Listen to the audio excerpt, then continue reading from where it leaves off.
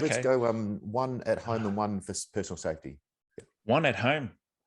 You should have, well, no, you don't need any equipment to train. I was just going to say, you just need to have that desire and that ability to train. Nice. That would be one thing, because as Pat mentioned, strong people are harder to kill.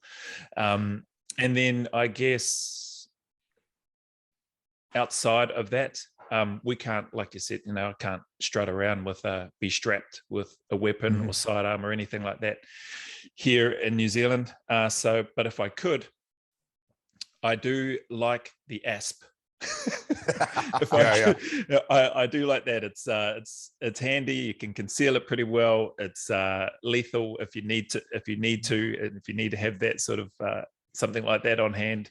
And it can be obviously non-lethal as well. Obviously, the pistol can be non-lethal if you use it in the right way. But yeah, an ASP I would love to have, but I don't have one. So I then have the ability to be able to fight and look after yourself would be one of the skills that you definitely want to have to protect yourself and protect those that you love and care about.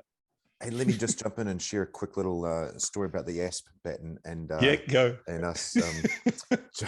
So for those that don't know, the ASP baton is expandable baton, police baton, and I was a police officer here in Western Australia, so we're trained in that, and I was trained in the normal army way as well in New Zealand, and we were taught there to hit the soft parts of the body like the legs and create volumetric shock, or fancy words. I don't know what these police officers right. Yeah. And the person would go down. It doesn't work or something. Anyway, we were doing our CQB training. CQB is different. The name for that, Pat, in New Zealand is our unarmed combat. And Steve Askin, Joe, unfortunately he passed. Rest in peace.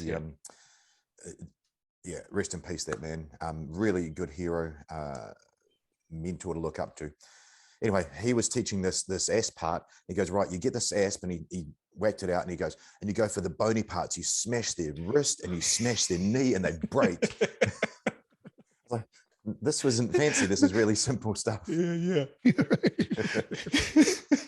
thought Those if are I the told that parts to I'll my be going police for. colleagues, they would just start crying. Yeah. Hey, Pat, what would be your answer there, man? So I'm always careful about this, because I know my audience, even in the States, there's a lot of states that you can't carry, and Right. so there's three things. One is a pocket knife. Pocket knife. Yeah. Right. You got to have a pocket knife on you at all times. Another one for me all time is a torch. Yeah.